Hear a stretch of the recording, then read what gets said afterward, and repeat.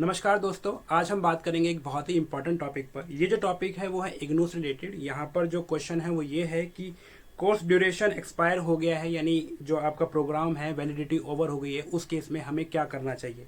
यानी बहुत सिंपल है कि यहाँ पर जो क्वेश्चन मेरे से जो पूछा गया है कमेंट के थ्रू, वो ये पूछा गया है कि जो हमारा एडमिशन था वो एक्सपायर हो चुका है। एक्सपायर का मतलब है कि हमारे पास डिग्री करने के लिए 3 साल थे, उसके अलावा जो है एक्सटेंड के 6 साल दिए जाते हैं। कोई भी मान लीजिए जर्नल ग्रेजुएशन का प्रोग्राम है, उसमें 3 से 6 साल दिए जाते हैं। पोस्ट ग्रेजुएशन में आपको 2 से 5 साल दिए जाते हैं, यानी 2 साल के अंदर करो या फिर उसके अगला 5 साल तक कंप्लीट हो जानी चाहिए पोस्ट ग्रेजुएशन।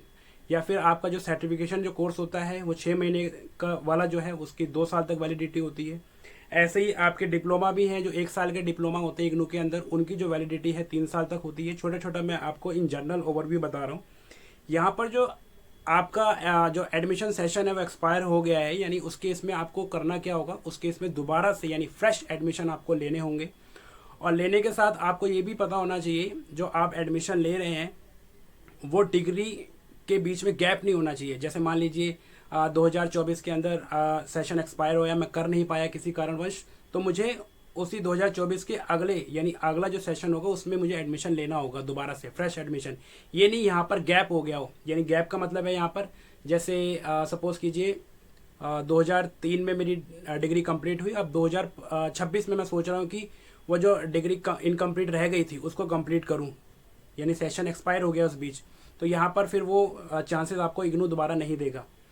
यहाँ पर केवल इतना याद रखना है कि 2 साल तक ही आपका जो है कंटिन्यूशन होना चाहिए। ठीक है, मेरी बात आप समझ पा रहे होंगे मैं जो कहने की कोशिश कर रहा हूँ कि जो आपका इग्नू का जो सेशन है, जो भी प्रोग्राम है वो एक्सपायर हो गया है, यानी उसको कंटिन्यूशन करिए। आपको फ्रेश एडमिशन लेना होगा।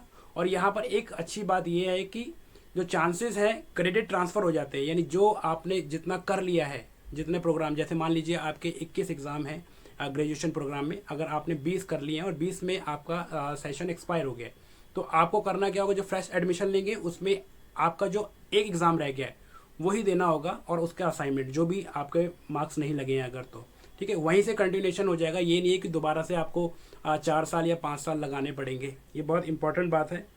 इसके अलावा एक और छोटा सा डाउट है इसी के अंदर ही बच्चों का, यहाँ पर है कि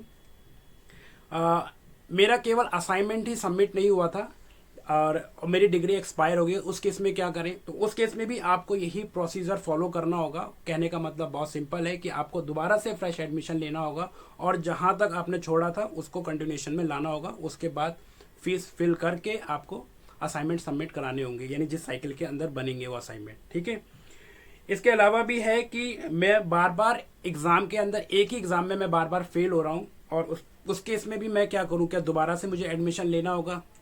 तो मैं आपको यही कहूँगा कि उस केस में भी आपको दोबारा से एडमिशन लेना होगा। यानी अगर एक भी सिंगल एग्ज़ाम भी अगर आपका कंप्लीट नहीं है और अगर सेशन एक्सपायर हो गया, तो नेक्स्ट सेशन के लिए आपको जाना पड़ेगा, यानी उस एग्ज़ाम को क्लियर करना पड़ेगा, तभी डिग्री वैलिड मानी जाएगी। यानी दोबारा से फ्रेश एडमिशन होगा तभी जो है आपकी डिग्री कंप्लीट मानी जाएगी, यानी आप उस एग्ज़ाम को करेंगे। ठीक है, आई होप कि ये छोटी सी जो आपके जो सामने मैं लेकर आया हूँ वीडियो, आई होप कि आपको समझ आया होगा। अगर इसके बाद भी अगर कोई प्रॉब्लम या डाउट लगता है तो आप मेरे को कमेंट सेक्शन में कमेंट कर सकते हैं। इवन आप यहाँ पर कमेंट बॉक्स के अंदर मैसेज भी छोड़ सकते हैं। ठीक है, आई होप कि ये छोटी सी जानकारी आपको पसंद आई होगी। तो इसी के साथ जो है मेरे चैनल को सब्सक्राइब करें एंड शेयर भी करें। Thank you.